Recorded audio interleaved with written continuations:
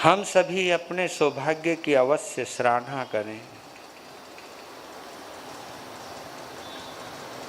आत्मा की आराधना की वजह से जिन पर्वों को महापर्व कहा जाता है, जिनको पर्वाधिराज कहा जाता है,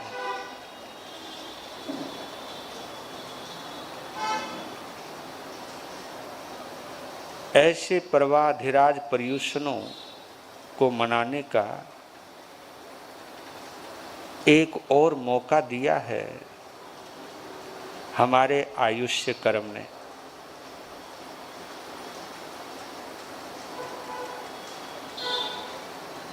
तो इस जीवन पर बलिहारी जाऊं, जिस जीवन ने एक बार पुनः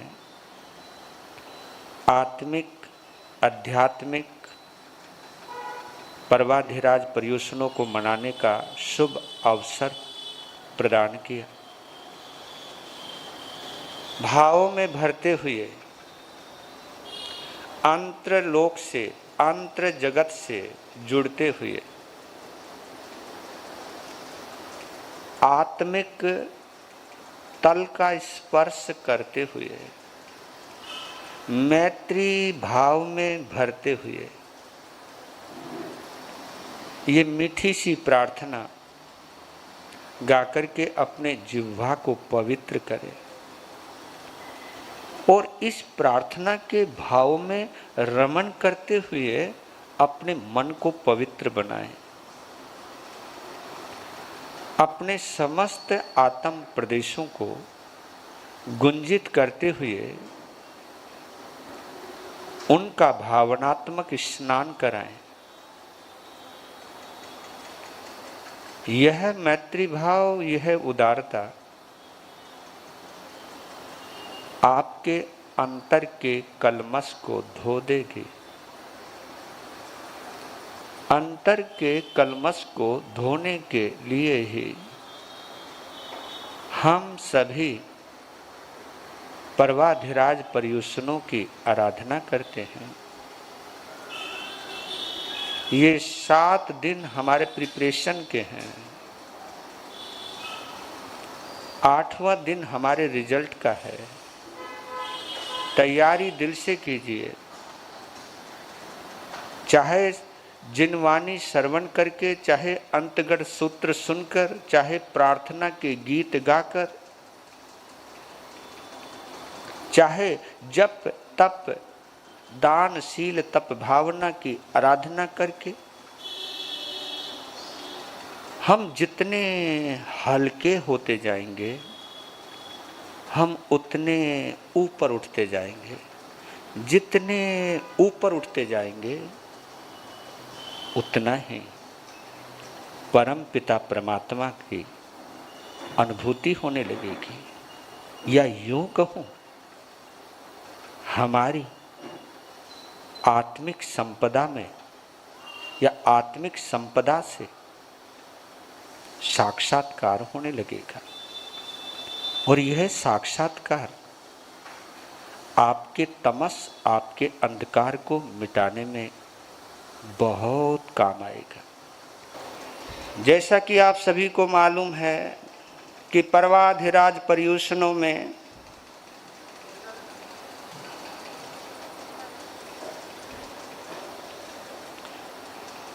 स्थानकवासी परंपरा और 13 पंथ परंपरा में श्री अंतगढ़ सूत्र को सुनाने का प्रचलन है। उसी तरह हमारी मंदिर मार्गी परंपरा में श्री कल्प सूत्र को सुनाने की परंपरा है। कल्प सूत्र को वहाँ मुख्य रूप से माना जाता है क्योंकि उसमें 24 तीर्थंकरों और जैनत्व की साधना के क्या क्या तौर और तरीके हैं और तीर्थंकरों का क्या क्या स्वरूप है, और विशेष रूप से भगवान महावीर स्वामी के जीवन का विस्तृत उनके भवों का वर्णन है। उनके जन्म 5वें पर्युषण में उन भगवान महावीर का जन्म कल्याणक भी मनाया जाता है पर्वाधिराज पर्युषणों के दौरान। वैसे तो वीर जयंती चैत्र शुक्ला त्रयोदशी को आती है, लेकिन कल्प सूत्र के अनुसार एक पवित्र परंपरा चली आ रही है।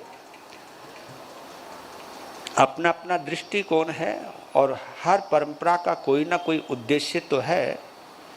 वो उद्देश्य भगवान से जोड़ने का है और ये भी उद्देश्य उन भव्य आत्माओं से मिलने का है जिन्होंने अपने अंतिम श्वासोश्वास में समस्त कर्मों को नष्ट करके सिद्ध शिला में हमेशा के लिए जन्म मरण से मुक्त हो गए और सिद्ध शिला पर स्थापित हुए। उन सभी पवित्र आत्माओं का यहाँ भावपूर्वक स्मरण किया जाता है। उनका जिक्र करके, उनकी चर्चा करके हम सभी अपने आत्मिक गौरव को, आत्मिक संपदा को समझने की और संभालने की और उसको महसूस करने की एक पवित्र परंपरा है, जिस परंपरा का निर्वहन इन पवित्र 8 दिनों में किया जाता है। लीजिए, आज गज सुकमाल मुनि का कल शुरू किया था वर्णन।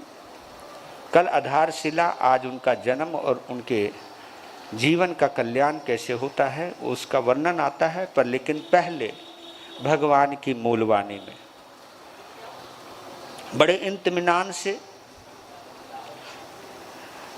मैं कोई स्पीडली तो पढ़ता नहीं, मेरा मेन मुख्य उद्देश्य है कि भगवान की ये जो मूल वाणी है इसको आप देखते जाओ और पढ़ते जाओ।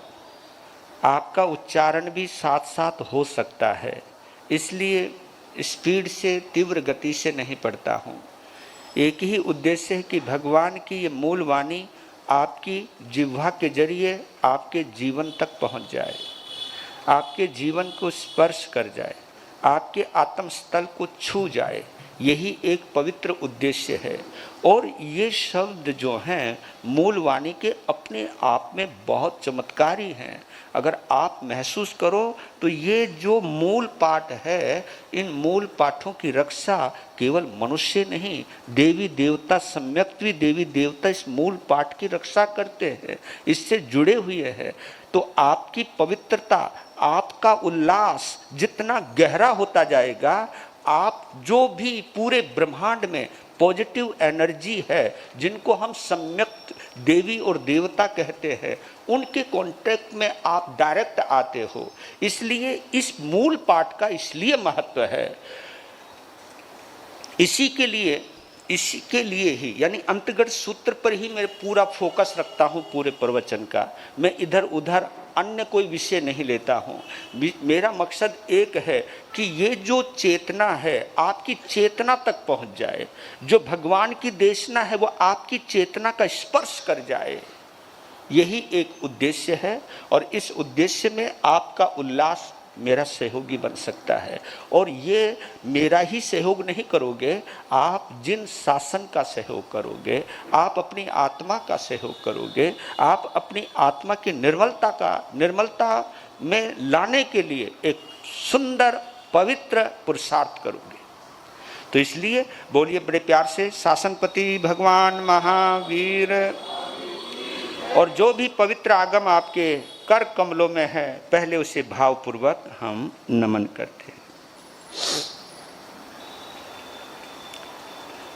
आप चाहे उस चीज को मानो या ना मानो, लेकिन जब भी आप किसी से मिलो और उससे दूर हो तो एक शब्द का प्रयोग जरूर किया करो कि भाई मैं जितनी देर आपके पास रहा, इतनी देर में मेरे व्यवहार से कोई भी आपको थोड़ी भी पीड़ा हुई हो, उसके लिए मैं क्षमा याचना करता हूँ।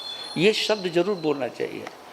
ये नहीं हाय बाय, मैं चला, तू पढ़, तू जा, नहीं। ये कहीं ना कहीं हमारा विवेक, ये जिन शासन हमें पग पग पर, बल्कि हमारे यहाँ तो ये है कि रास्ते में सफ़र करके अपने घर पर पहुँचे हों तो आपको इच्छा कारण का पाठ पढ़ना चाहिए कि रास्ते में मेरे से किसी भी प्रकार की जीव की विराधना हुई हो तो उन सभी चीज़ों के लिए मैं क्षमा याचना करता हूँ। इच्छा कारण का पाठ बहुत जरूरी है। स्थानक में आओ तब भी, घर पर जाओ तब भी, क्योंकि रास्ते में भूल होनी ही है। और माफी वही मांगता है जो हलुकर्मी है। हलुकर्मी यानी जिसको किसी के दर्द का एहसास है, किसी के दर्द का अनुभव है, वो माफी मांगता है। और ये एहसास हमें हर पल रखना चाहिए। ये जिन शासन कहता है, इसलिए तो कहता हूँ कि जिन शासन की एक ही विशेषता है, उस विशेषता का नाम है संवेदनशीलता। क्या बोला मैंने? संवेदनशीलता। आपके अंदर जितनी संवेदना होगी, जितनी संवेदनशीलता होगी, आप अंतर से उतने ही निर्मल होंगे। ये संवेदनशीलता हमें पवित्र बनाए रखती है, क्योंकि संवेदनशीलता के अभाव में हम कभी आत्मा की आराधना नहीं कर सकते। तो लीजिए, वो जो गीत है, मैं एक एक दो स्टेंजे गाता हुआ उसको पूरा करूंगा, क्योंकि पूरा गीत गाने में तो समय लगता है और समय का अभाव है ना? समय का अभाव है, क्योंकि मुझे आपका ध्यान है, क्योंकि मिच्छामि दुक्कडम में सबसे पहले बोलता हूँ, है ना? मुझे ध्यान रखना चाहिए। ये नहीं कि परवाधिराज पर्युषण आ गए और मैं जितनी मनमर्जी समय लूँ, आप यहाँ बैठे बैठे किलसते रहो और मैं बोलता रहूँ, ना, ऐसा नहीं। संवेदनशीलता ये कहती है समय का ध्यान रखो। तो ये पर्युषण, परवाधिराज पर्युषण क्या करते हैं? ये गीत की पहली पंक्ति गुनगुनाते हैं और फिर जहाँ हमने कल छोड़ा था उससे आगे बढ़ते हैं। ये पवित्र पर्व इसलिए है क्योंकि ये हमें अंदर से पवित्र बनाता है। इसमें हम बड़ा स्नान नहीं करते, लेकिन भाव का स्नान करते हैं। इसे हम आत्म स्नान कहते हैं, इसे हम ध्यान स्नान कहते हैं, इसे हम स्वाध्याय स्नान कहते हैं, इसे हम मैत्री भाव स्नान कहते हैं।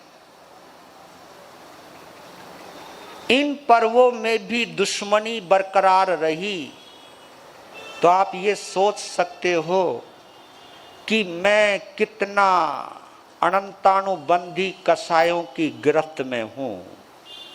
मैं नाम का जैन हूं। मेरे नाम के आगे जो जैन टाइटल लगता है, इस टाइटल को लगाने का मैं हक नहीं रखता। अगर मेरे मन में राग और द्वेष और कसाय की, वैर भाव की गांठ पड़ी हुई है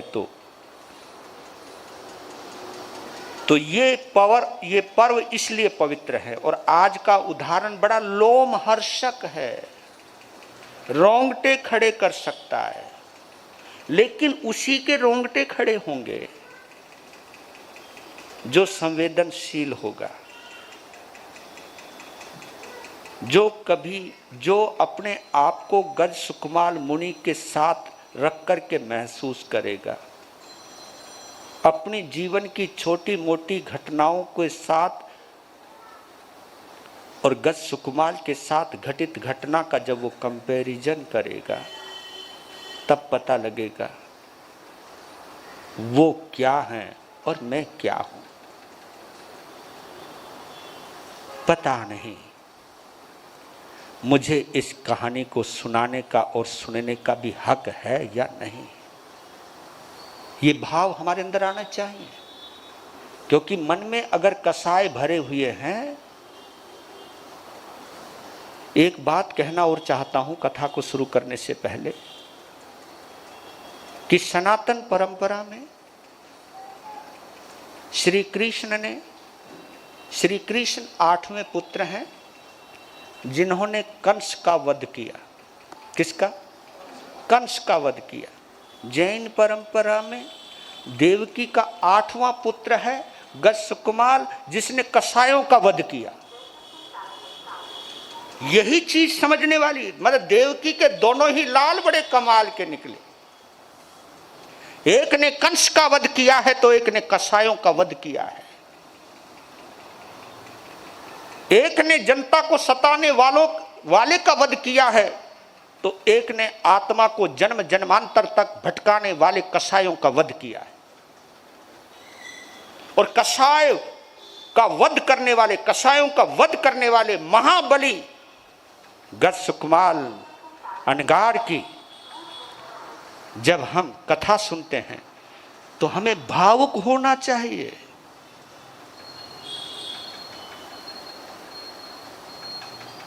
हमें अपने विरोधियों की गलतियों को माफी नहीं बल्कि भूल जाना चाहिए, ये प्रेरणा लेनी चाहिए। इसलिए आपको संवत्सरी से पहले ये कथाएं क्यों सुनाई जाती हैं? ये कथाएं इसलिए सुनाई जाती हैं कि संवत्सरी से पहले इन कथाओं को सुनते सुनते सुनते सुनते अपने अंदर के गंदे विचारों की जितनी भी परतें हैं वो हटती जाए, घटती जाए, आत्मा निर्मल होती जाए। और जब संवत्सरी आए, आपके दुश्मन ने कितना भी बुरा क्यों ना किया हो, उसके चेहरे को देखकर आपके अंदर प्रेम उभर आए।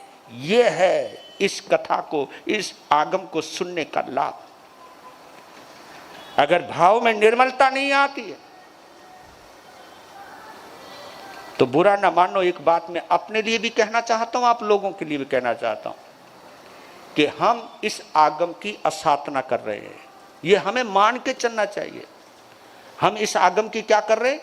असाधना कर रहे हैं, विराधना कर रहे हैं। इतनी पवित्र वाणी सुनने के बावजूद भी मेरे अंदर पवित्रता नहीं आई है तो धिक्कार है। फिर मुझे महावीर का अनुयायी कहने में शर्म आनी चाहिए। मुझे खुद स्वयं विचार करना चाहिए कि मैं महावीर का अनुयायी हूं या नहीं। तो लीजिए, सबसे पहले हम नमन करते हैं आर्य जम्बू स्वामी को कि जिनकी जिज्ञासा ने भगवान के मुख से निर्झरित अवतारित आगम गंगा को पुनः उतरने का अवसर प्रदान किया। और उनकी वजह से हमारे पास ये आगम निधि उपलब्ध है। इसलिए हम हृदय से नमन करें आर्य जम्बू स्वामी को कि प्रभु आप अंतिम केवली हो, लेकिन भगवान की अंतिम देशना को, उनकी समग्र देशना को जाने से पहले हमें जो उपहार स्वरूप देकर के गए हो, इसका हम जिंदगी भर कभी आपका उपकार नहीं भूल पाएंगे।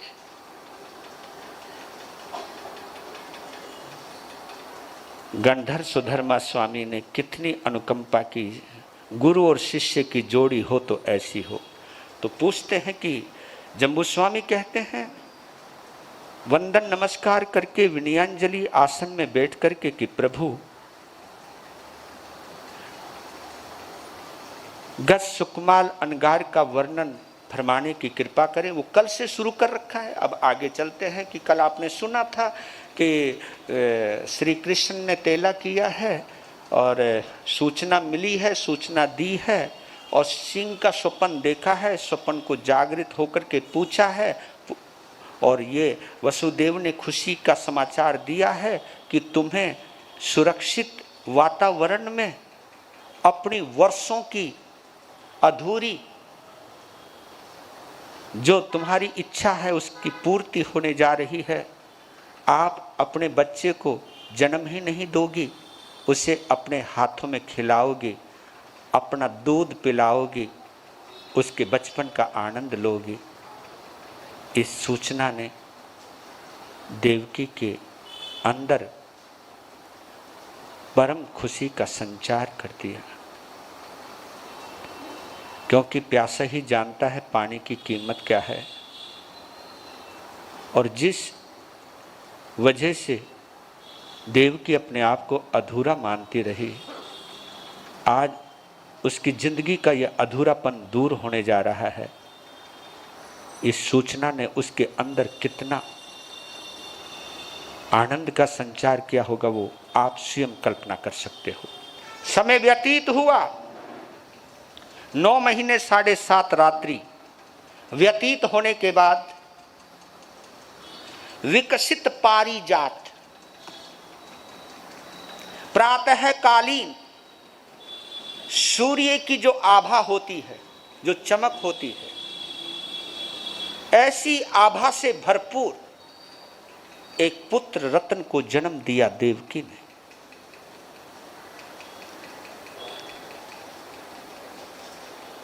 जिस वक्त वो मां के पेट से जन्म लेने के बाद, स्वच्छ होने के बाद जैसे वो पालने में आए हैं, तो क्या किरणें निकल रही हैं, क्या आभा फूट रही है,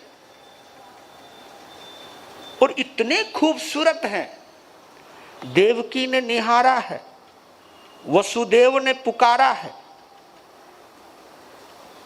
और इस खुशी के समाचार ने पूरी द्वारिका में जश्न मनाने को मजबूर किया।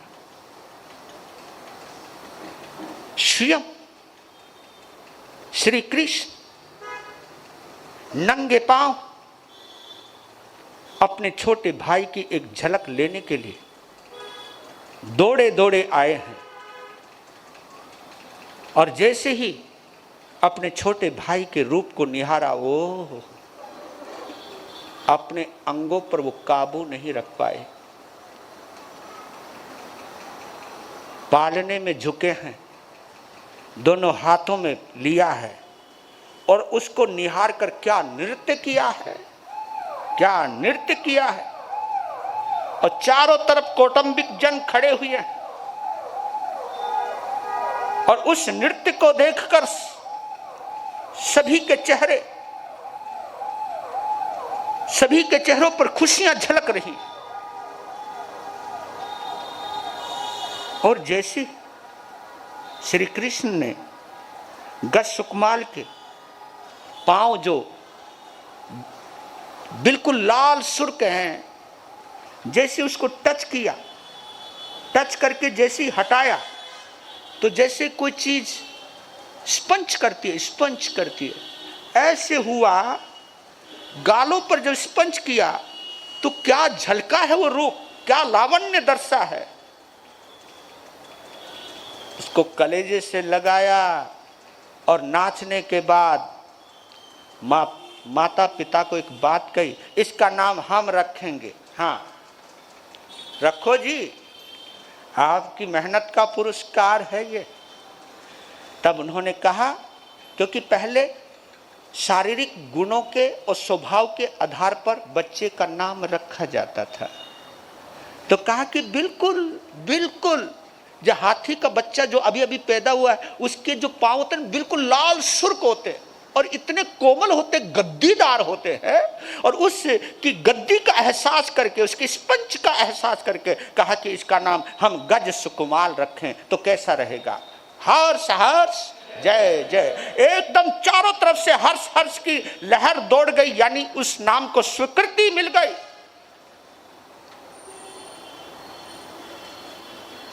इधर गज सुकुमाल का जन्म हुआ, उधर एक और घटना घटित होती है द्वारिका के अंदर। द्वारिका का प्रकांड पंडित महाविद्वान सौमिल ब्राह्मण, उसकी ब्राह्मणी का नाम सोमश्री। सोमश्री ने भी एक पुत्री को जन्म दिया, और वो भी इतनी बेहद खूबसूरत। पता नहीं वो दिन किसी खूबसूरती को जन्म देने के लिए निश्चित हुआ हो। उधर सोमा का जन्म हुआ और इधर गज सुकुमाल का जन्म हुआ, और दोनों की परवरिश एक साथ होने लगी, समय व्यतीत होने लगा। विद्या अध्ययन पूर्ण हुआ, बाल्य अवस्था से बाहर निकले, शैशव अवस्था से तरुण अवस्था में प्रवेश किया। और इधर ये घटना उस दिन की है कि जब द्वारिका के आकाश में आकाश ध्वनि हुई, ढोल और नगाड़े बजे, उस आवाज ने लोगों का ध्यान आकृष्ट किया और ये देवदुंद भी बज रही है।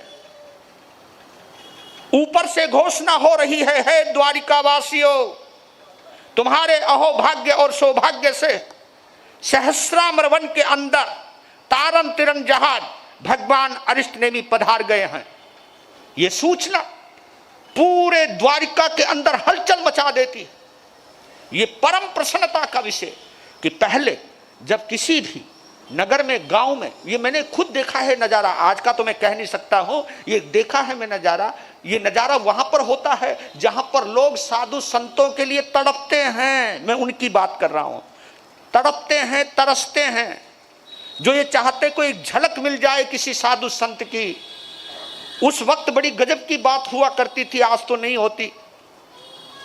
उस समय अगर कोई सूचना भी देता था, ये तो 1,500-2,000 साल की बात है कि उस समय अगर सूचना भी कोई देता था, गुरु महाराज पधारे हैं, तो राजा सूचना देने वाले को गले का हार निकाल करके दे देता था। तो आप समझते होंगे कि यह सूचना कितनी प्रभावशाली है। अगर आज कोई सेवक भी जाता है, सूचना महाराज जी पधारे, कौन से आए हैं, अच्छा वो कौन से टोले के, उत्तरा भला पूरा का पूरा बायोडाटा लेते हो, अरे हाँ यार वो हमारे नहीं है, अच्छा ठीक है आ जाएंगे। ये चीजें होती, यानी आप संतों को संप्रदाय के आधार पर नापने लगे, जांचने लगे। और इसमें तुम्हारा क्या कसूर मानो रे? इस कसूर के जिम्मेवार हम हैं। हमने शायद इतना जहरीला बना दिया है कि आप बाने को नहीं देखते, संप्रदाय को देखते हो, शासन को नहीं देखते, संप्रदाय को देखते हो, धर्म को नहीं देखते, संप्रदाय को देखते हो। आप सोच सकते हो कि हमारी सोच कितनी गिरी होगी।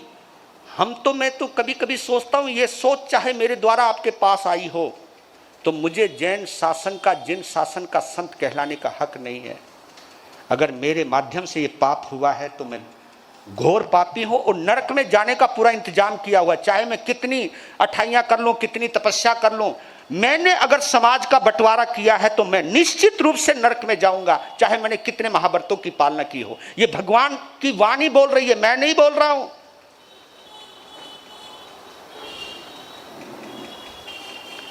तो इस समाचार ने लोगों में बिजली सी दौड़ा दी। श्री कृष्ण के कानों में जब ये आवाज पड़ी तो मालूम है उनको कितनी खुशी हुई होगी। स्नान किया, संदेश भिजवाया है अपने भाई के पास,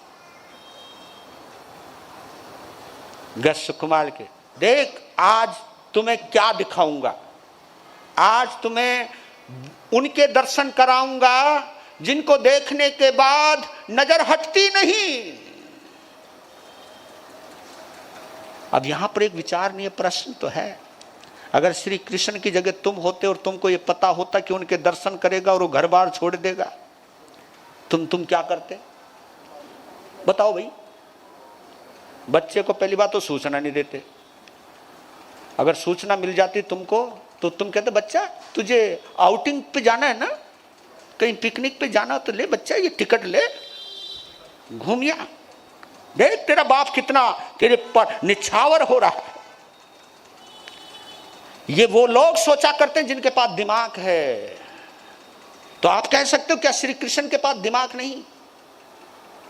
दिमाग का जहां उपयोग करना होता वो वहां करते हैं। धर्म के मामले में, दर्शन के मामले में, भगवान के दर्शनों के मामले में कभी अपने दिमाग का उपयोग नहीं करते थे। ये यहां से प्रकट होता है कि इस समय चौथे आरे में और पांचवें आरे में क्या है, पहले आदमी दिल से काम लेता था और अब जल्दी बोलो ना, दिमाग से। अगर हम भी पाठ कुछ बताओ ना, भैया ये पाठ कर ले, कि महाराज जी इस पाठ को के फायदे हुए को बता तो दो, मतलब पहले तुम ये निश्चित कर लेना चाहते हो हर चीज दिमाग से। बस मैं पंचम आरे में और चौथे आरे में एक ही चीज मानता हूं, आज के समय में हार्ट बहुत नीचे जा चुका है और माइंड बहुत।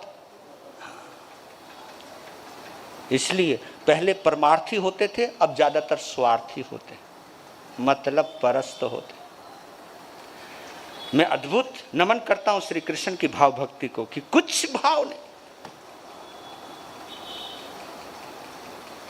हाथी को सजाया है, सेना को बुलाया है, भाई को बैठाया है, और हाथी के ओहदे पर दोनों भाइयों की जोड़ी क्या खूबसूरत लग रही है। जो भी देख रहा है वाह वाह कर रहा है। जनता चल रही है, जनता खड़ी है अगल बगल और सवारी निकल रही है। इधर जा रहे हैं भगवान के दर्शनों के लिए, उधर ही उसी दिन सोमा सुसज्जित होकर पूरा श्रृंगार करके अपनी 10-15 सखियों के साथ सोने की तारों से जुड़ी हुई गेंद को उछालती हुई, एक दूसरे के ऊपर उछालती हुई, लपकाती हुई, अगर गेंद गिर जाए तो खिलखिलाती हुई, हंसती हुई, उसकी हंसी के ठहाके गूंज रहे हैं। जब किलकारी गूंजती सुनी, हंसी ठिठोली की आवाज, और उस हंसी ठिठोली में भी एक संगीत की लहर है। आवाज ने आकृष्ट किया है गस्सुकुमाल को और श्री कृष्ण के कानों को। गस्सुकुमाल ने देखा है, और उन 10-15 लड़कियों के अंदर सोमा अलग से ही नजर आ रही थी। उसकी खूबसूरती को देखा तो एक बार तो गस्सुकुमाल की नजर टिक गई। उसकी टिकी हुई नजरों को श्री कृष्ण ने देखा कि भाई किसी को निहार रहा है। जवानी में प्रवेश किया भाई। और फिर जिसको निहार रहा है तो निहारते निहारते फिर सामने देखा सोमा को, और सोमा की खूबसूरती को देखकर स्वयं कृष्ण विस्मित हो गए। विस्मित, विस्मय में आ गए, आश्चर्यचकित। उस वंडरफुल ब्यूटी को देखते ही एकदम भोचंक रह गए, और एकदम उस सोमा को देखते निश्चित कर लिया, बुला लिया कौडम्बिक पुरुष को जो उनके साथ चल रहा था। कहा ये लड़की किसकी है? कहा कि यहाँ के प्रसिद्ध महाविद्वान, धनपति, लक्ष्मीपति और बुद्धिमान विद्वान सौमिल ब्राह्मण की बेटी सोमा है। ऐसा है, तुम जाओ और मेरी ओर से झोली फैलाना कि वासुदेव श्री कृष्ण ने आपकी पुत्री को अपने छोटे भाई के लिए मांगा है। अपने भाई की खुशी के लिए मुझे कहीं भिखारी भी बनना पड़ा तो मुझे कोई गुरेज नहीं है। उधर वो गए। सौमिल ब्राह्मण को जब पता चला कि श्री कृष्ण ने अपने छोटे भाई के लिए मेरी बेटी को मांगा है, तो अपनी बेटी को बुलावा भेजा। बेटी जैसे आई उसका माथा चूमने लगा। उसकी सोमा की माँ ने कहा क्या कर रहे हो? कहा कि तुझे पागल है, मैं बेटी के भाग्य को चूम रहा हूं, इसके सौभाग्य को चूम रहा हूं, नजर ना लग जाए। पगली, वासुदेव श्री कृष्ण ने अपने छोटे भाई के लिए हमारी बेटी का हाथ मांगा, और ये बहुत बड़ी खुशी की बात थी। उधर सवारी पहुंच गई है भगवान के समोत्सरण में। ये ऐसे ही है जैसे बाजार से गुजर रहे हैं और हर चीज बड़ी सुंदर नजर आ रही है। ये भी चीज पसंद आई, ये भी, क्योंकि पहले तुम जब मार्केट में जाते हो, मॉल्स में जाते हो, तो पहले तुम चक्कर काटते हो, है ना, कि जब लास्ट में देखते हो जो सबसे बढ़िया माल है उसको बाद में खरीदेंगे। तो शायद मुझे भी यही कल्पना हो रही है कि गस्सुकुमाल दुनिया को देखता हुआ, दुनिया के चेहरों को देखता हुआ जब भगवान के समोत्सरण में पहुंचता है, और समोत्सरण में जब प्रभु अरिहंत परमात्मा अरिष्ट नेमि का जब चेहरा देखता है, ओए, ये क्योंकि ये सब अंतर का कनेक्शन है। पहले तो उस सभा को देख, उस समोत्सरण को देखकर दिल दीवाना हो गया, ये दिल उन्हीं का हो गया। और जब वाणी सुनी तो रही सही कसर निकल गए। वो इतने मस्त हो गए कि प्रवचन कब खत्म हुआ उन्हें पता ही नहीं चला, उसमें डूब गए। जबकि श्री कृष्ण एक रथ को छोड़कर वापिस आ गए कि भाई को ध्यान में आनंद आ रहा है, इसलिए इनका ध्यान भंग नहीं करना, इनको आनंद लेने दो। आ गए। उनके जाने के बाद जब ध्यान खुला गस्स कुमार का, ऐसा लगा कि जैसे किसी अनंत लोक से वापस लौट कर के आए हों। भगवान को जब निहारा, एकदम खड़े हो गए, कहा, प्रभु मैंने जीवन में कभी भी इतने आनंद का अनुभव नहीं किया, मैं आपके चरणों में दीक्षा लेना चाहता हूं। भगवान ने एक ही बात कही, आहा सुहम देवानुप्रिय। माता पिता की आज्ञा, रथ पर बैठकर आए, इठलाते हुए आए, नाचते हुए आए। देवकी और वसुदेव ने देखा आज गस्स कुमार बहुत प्रसन्न है, कदमों में जान है, चाल है। क्या हुआ, क्या मिला? सब कुछ मिला। आज मुझे त्रिलोकी नाथ मिले। और मां, मैंने तुम्हारी गोद का जो आनंद लिया, मैं पहले सोचा करता था जो आनंद आपकी गोद में है वो आनंद कहीं आ नहीं सकता, लेकिन आज महसूस हुआ मां तुम्हारी गोद से भी ज्यादा आनंद भगवान अर्शनेमी के समोसरण रूपी गोद में जो आया है। बस मां, अगर तू मुझे प्यार करती है ना, अगर तू मेरा हित चाहती है, तुझे अगर मेरे से सच्ची मोहब्बत है, तो मुझे साधु बनने की इजाजत देते हो। हाय, अब लगा धक्का। पहले तो बड़ी खुश नजर आ रही थी, उनका आज पता नहीं क्या मिल गया, है ना। ये है बड़ी गजब की बात, है ना। दूसरे परिवार का साधु बने तो आप कहते हो धन्य हो तुम्हारे माता पिता को, और जब तुम्हारा बने दूसरे का तो धन्य हो, अपना बने। चलो, अब लगा धक्का, होए होए होए, मां तो वहीं बेहोश होगी। वसुदेव ने बुहारा, पुचकारा, पानी का छिड़का दिया, तू क्यों मैं नहीं रहूंगी अपने बेटे के बिना, मैं कौन सा रहने वाला हूं। और ये सूचना इस कदर भागी श्री कृष्ण के कानों में पहुंची तो वो भी पागल से हो गए। वो भी दौड़ते हुए आए और अपने भाई के गले लगकर कहा कि मैं क्या सुन रहा हूं, तू साधु बनेगा? हां, तुम तो भैया ऐसे बोलो जैसे साधु बनना कोई पाप है। नहीं नहीं नहीं नहीं, पाप नहीं, पर लेकिन भैया तुझे अभाव, क्या अभाव है यहां, क्या कमी है, मतलब क्या कमी है, क्या अभाव है? कहा कि भैया दीक्षा अभाव का नाम नहीं है, दीक्षा स्वभाव का नाम है। यह आत्मा का स्वभाव, अभाव का नाम नहीं, स्वभाव का नाम है दीक्षा।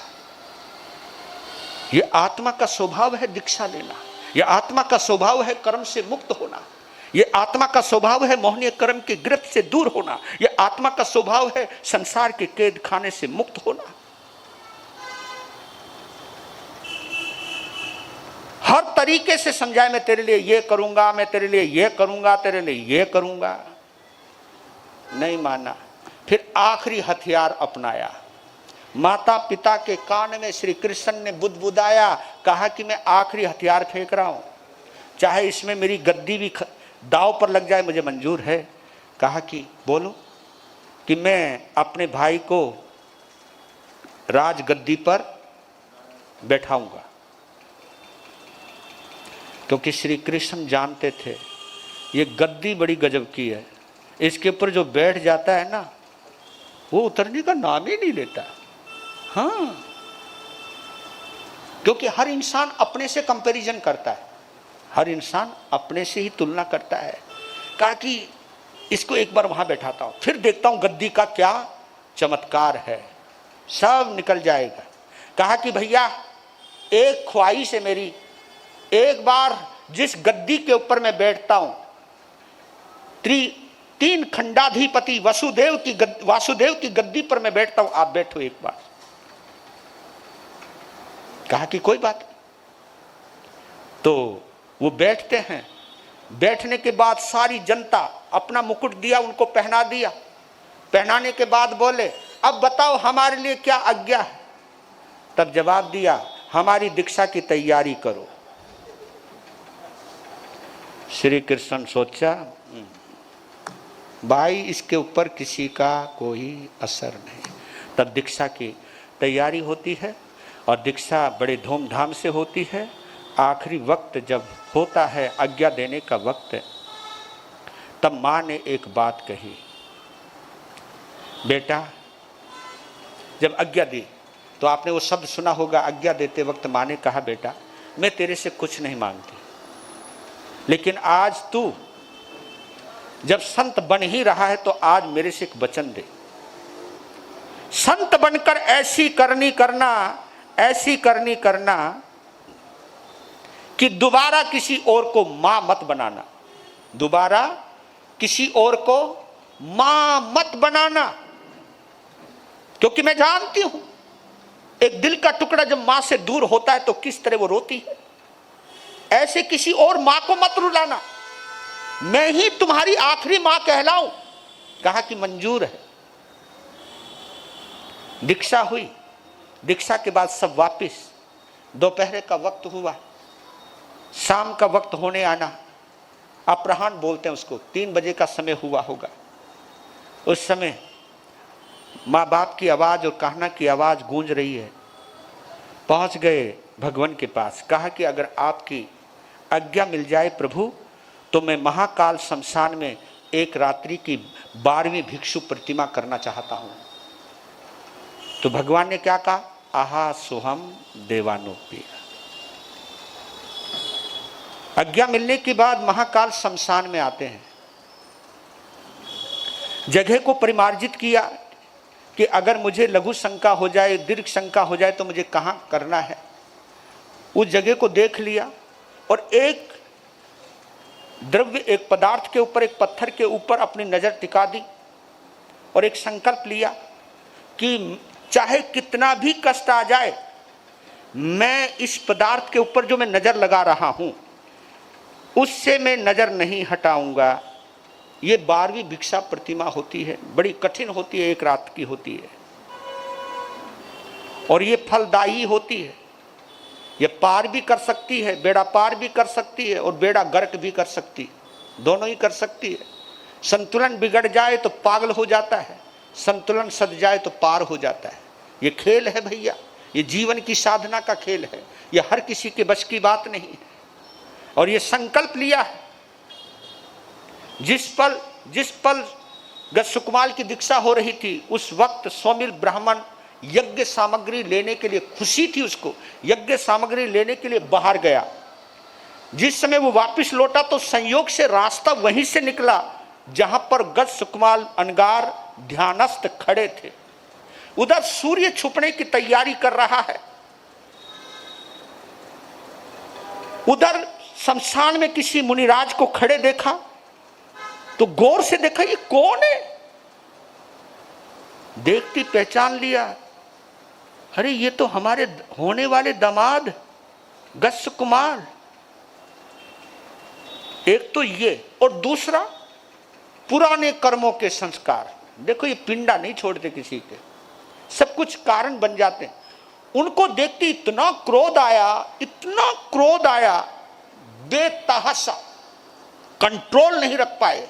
जो आदमी ना एक छोटी सी बात पर आदमी का कत्ल कर देते हैं, तो ये ऐसे नहीं है, ये पुराने जन्मों के कोई ना कोई संस्कार। नहीं तो वहां पर मतलब गज सुकुमार को इस तरह मारने का तो कोई कारण नहीं था, पर लेकिन कारण था। इतना क्रोध आया, अपने पर नियंत्रण नहीं रख पाया सौमिल ब्राह्मण। वहां पर चिकनी मिट्टी थी, क्योंकि पानी होता है वहां पर, तो चिकनी मिट्टी थी, तालाब था। उस चिकनी मिट्टी को लिया, पाल बांध दी, पास में मुर्दे जल रहे थे, वहां पर जलते हुए अंगारे, टूटे हुए ठीकरों में, बर्तनों में जो मटके होते हैं, टूटे हुए मटके, उनके ठीकरों में उस अंगारों को भरा। और देखो इतनी फास्टली कर रहा है ये काम, अंगारों को भरा और वो अंगारे गज सुकुमार के टाट पर डाल दिए, सिर पर डाल दिए। अब यहां देख, आंख झपकनी नहीं, नहीं तो जब भी दर्द होता है तो सबसे पहले क्या बंद होती है? आंख बंद होती है सबसे पहले। और ये संकल्प है कि कुछ भी आए कष्ट मुझको, लेकिन आंख नहीं झपकेगी, और झपकी भी नहीं। सिर जलने लगा, सिर जलते जलते, भाव तो वैसे ही निर्मल हो चुके थे, निर्मल भाव में ज्ञान बढ़ने लगा, उन्हें नजर आने लगा 99 लाख भाव पहले। ओए होए होए होए, कितने? 99 लाख भाव पहले सौमिल ब्राह्मण एक देवरानी का पुत्र था और मैं उसकी जेठानी थी।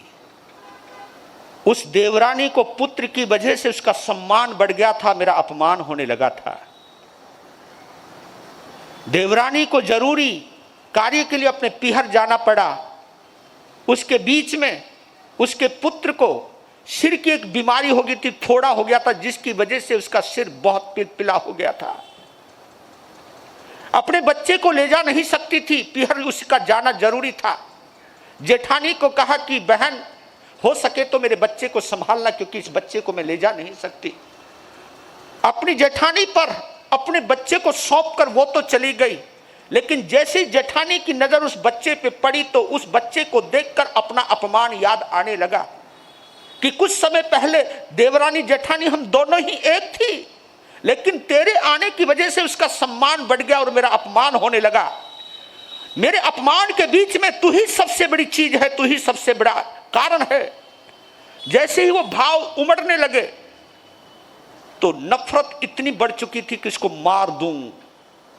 मारने के लिए उसने उड़द की रोटी बनाई, एक मोटी सारी, और इतनी गर्मा गर्म रोटी बनाई, उसके पिलपिले सिर के ऊपर वो रोटी थाप दी, बांध दी। जैसी वो रोटी सूखने लगी, चमड़ी जलने लगी और बच्चा तड़पने लगा, और तड़प तड़प कर बच्चे ने जान दे दी। वही जेठानी का जीव गस्सुकुमाल बना 99 लाख भाव के बाद, और वही बच्चा सौमिल ब्राह्मण बना। ये सब कुछ, और वो उसमें इतना डूब गए, भाव बिगड़े ही नहीं, समभाव में आ गए, और इतनी देर में मोहनीय कर्म नष्ट हुआ, केवल ज्ञान प्रकट हुआ, और वो मुक्ति के अंदर चले गए। देखते देखते महाकाल शमशान निर्वाण स्थली में तब्दील हो गई, और ये सब कुछ हो गया, पता भी नहीं चला। दूसरे दिन श्री कृष्ण पता नहीं सुबह सुबह बड़े प्रसन्न हुए, सोचने लगे कि आज विधि सहित अपने छोटे भाई को बंधन करूंगा, क्योंकि उन्होंने जो सत्ता का मोह, सुख ऐश्वर्य का मोह, सुख साधनों का मोह त्याग किया, वो वास्तव में वंदनीय है। बेशक मेरे से छोटा है, लेकिन मेरे लिए वो पूजनीय है, और मैं स्वयं उन्हें वंदना करूंगा। तो नहा धोकर के तैयार हुए और पूरी सेना लेकर के चले हैं। आज जैसे वो चलने लगे तो रास्ते में एक नजारा मिला कि एक बुजुर्ग आदमी जिसकी 90 कोण पर कमर झुक चुकी है, और एक बहुत बड़ा ईंटों का भंडार, उसमें से एक ईंट उठा रहा है, अपने घर में रख रहा है, फिर आ रहा है, एक ईंट उठा रहा है। तब सोचने लगे श्री कृष्ण कि इतना बड़ा ईंटों का ढेर, इसको ढोते ढोते कहीं ये खुद ही ना ढह जाए, ये खुद ही ना मर जाए। तो उसके ऊपर दया आई। ईंटों का ढेर इतना बड़ा था, ओहदे के ऊपर बैठे बैठे 2 ईंट उठाई और उसके आंगन में डाल दी। पीछे हजारों की संख्या में जो लोग आ रहे थे, सभी ने एक एक ईंट उठाई, और सभी ने देखते देखते वो ईंटों का पहाड़ जैसा भंडार उसके आंगन में पहुंचा दिया। और वो बुजुर्ग दुआएं देने लगा, वाह कृष्ण, वाह कृष्ण, वाह कृष्ण। वो पहुंच गए, भगवान को वंदन किया। वंदन करते करते नजर इधर उधर चलने लगी, देखने लगी। जब नजर में नहीं आया वो नजारा जिस नजारे के लिए वो आए थे, तो भगवान से पूछा गज सुकुमाल अनगार कहाँ है? तब कहते कि हे कृष्ण, वो जिस मकसद के लिए संत बने थे उन्होंने वो मकसद हासिल कर लिया। क्या मतलब? कि संत बने थे वो मुक्ति के लिए, वो मुक्ति में चले गए, मुक्ति में चले गए। कल दीक्षाली मुक्ति में चले गए, मतलब समझा नहीं। तब वो बताए कि तुम सब जाने के बाद मेरे पास आए।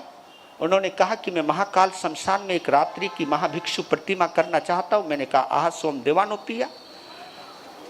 संध्या के वक्त एक व्यक्ति शमशान से गुजरा और उस व्यक्ति ने जैसे ही तुम्हारे भाई को देखा तो पूर्वकृत कर्मों के बलबूते पर क्रोध आ गया और उसने ऐसा ऐसा किया, लेकिन उन्होंने इतना संभाव धारण किया और उन्होंने अपने कर्मों को नष्ट किया और वो मुक्ति के अंदर चले गए।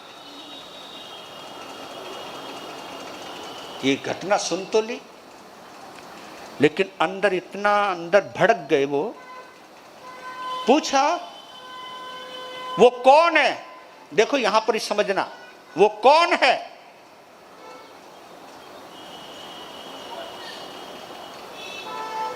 जिसने मेरे भाई को अकाल में काल के गाल में पहुंचा दिया उसे मैं छोड़ूंगा नहीं। इतना क्रोध करने लगे। श्री कृष्ण ने कहा, श्री कृष्ण को देखो, यह है जैन शासन का सौंदर्य। कहने लगे कि श्री कृष्ण तू उसके ऊपर गुस्सा मत कर, उसने तुम्हारे भाई का बुरा नहीं किया बल्कि भला किया है। भला कैसे? ऐसे जो अभी आप करके आ रहे हो। कौन सा? कि आपने एक ईंट उठाई उस बुजुर्ग के लिए, सारी ईंट उठा दी सभी ने। वो पता नहीं ईंटों का ढेर उठाते उठाते खुद ढेर हो जाता, लेकिन तुम्हारे एक सहयोग के कदम ने उसका कितना सहयोग कर दिया। सेम वही सहयोग किया है उस व्यक्ति ने तुम्हारे भाई के साथ। वो तुम्हें दुआ दे रहा है, आपको भी दुआ देनी चाहिए कि तुम्हारे भाई का जन्म मरण का चक्कर ही खत्म कर दिया। यह है जैन शासन, यह सिखाता है। इस कथा को सुनने वाले पढ़ने वाले ये कभी समझ नहीं पाएंगे, हम भी नहीं समझ पाते जी।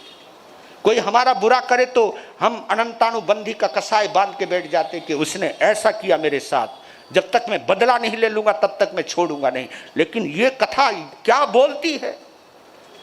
तब ये सब सिलसिला बात सुने तो कहा कि उसको मैं पहचानूंगा कैसे जिसने इतना उपकार किया। वो बोल रहे भगवान क्या के मन में गुस्सा है, पर कहा कि मैं पहचानूंगा कैसे? पहचानना मुश्किल नहीं। जब तुम लौट कर वापिस जाओगे तो एक व्यक्ति तुम्हें देखकर वही खड़ा का खड़ा रह जाएगा और उसी वहीं उसकी हृदय गति बंद हो जाएगी और वो वहीं पर ढेर हो जाएगा।